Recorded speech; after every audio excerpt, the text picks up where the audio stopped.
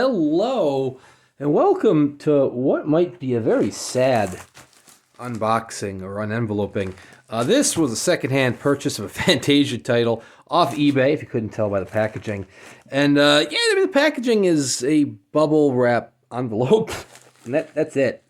It doesn't feel like there's any other packaging in it, so we're going to see how this goes. Oh, I guess the Easy Tear tab isn't going to be so easy after all.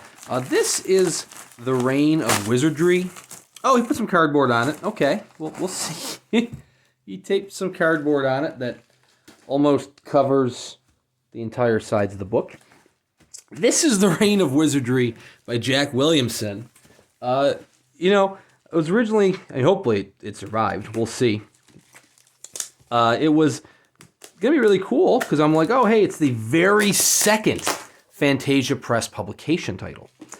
So the Fantasia Press started in 1978 with Wall of Serpents by L. Sprague de Camp and Fletcher Pratt.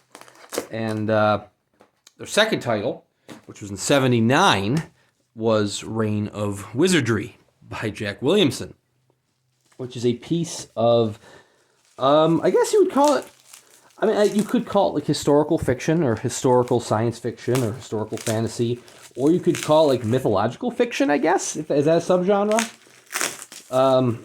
So it deals with basically the tale of Theseus. If you're familiar with Greece mythology, also known as Greek mythology, you're probably familiar with the tale of Theseus. He did the 6 labors, then he went to take down the Minoan civilization in the island of Crete, King Minos, which is where the Minotaur comes from. So, the half-man, half-bull, that comes from Greek mythology. That comes from the story of Theseus and Crete, and that is from The Reign of Wizardry, right here. And I'm not going to lie, it seems, it's got a couple dings on the slipcase, but it seems to have held up. Slipcase isn't totally destroyed. Let's see what we got in the book itself. First off, it is kind of smaller, I suppose, like the early Fantasia Press titles.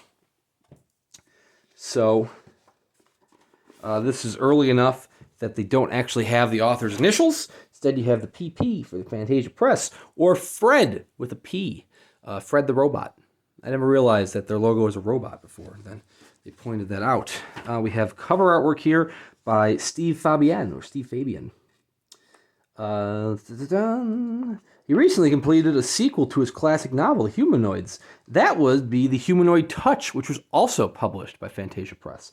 How about that? Special edition, $25 back in the day. This wasn't that much more expensive, which kind of reflects in the packaging.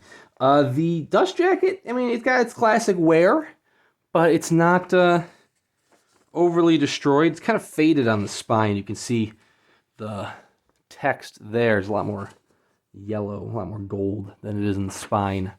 But, beggars can't be choosers, and I think it was kind of reflected in the price. So, let's look at the book itself, 3.5 minutes in.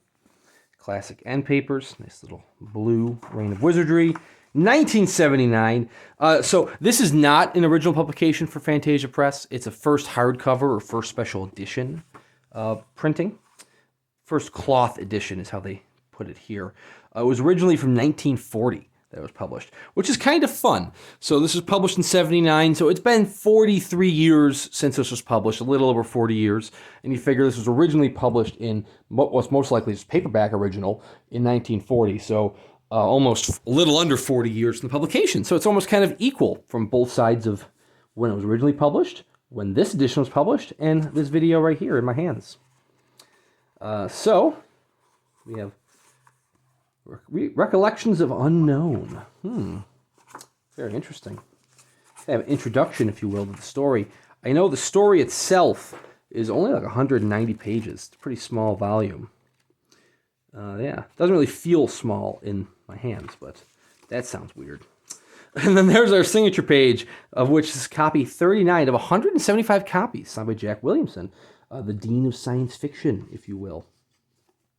Yeah, The book doesn't seem to be in terrible condition. Like I said, the dust jacket's a little faded. It's going to have some dings on the slipcase, but as far as how this unboxing could have gone when I saw that it came in just a bubble mailer, this isn't terrible. It could have been much worse.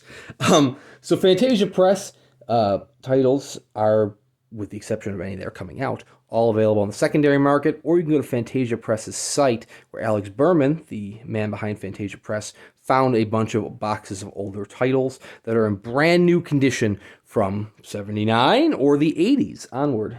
They published 49 titles in the span of Fantasia Press, but Alex Berman is back and he's working on title 50 and beyond, which is just incredible. I can't wait to see what they do. I do have a lot of these Fantasia Press unboxings on the channel, so if you haven't already subscribed, please consider doing so, and I'll have some more unboxings in the future, or check out the unboxings of the past on the channel itself. So I did kind of give a summary. So yeah, as I had mentioned this, it occurred to me 6 minutes in, I didn't really give the best summary. It has to do with King Minos and the island of Crete.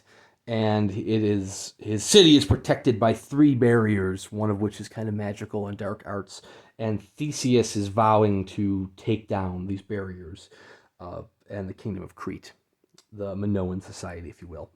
But anyways, thank you very much for watching. Like I said, this could have been a lot worse as far as unboxings go. I thought it'd be kind of scarier. So it turned out pretty all right. Thank you for watching. Hope to see you around next time, and we will see you around.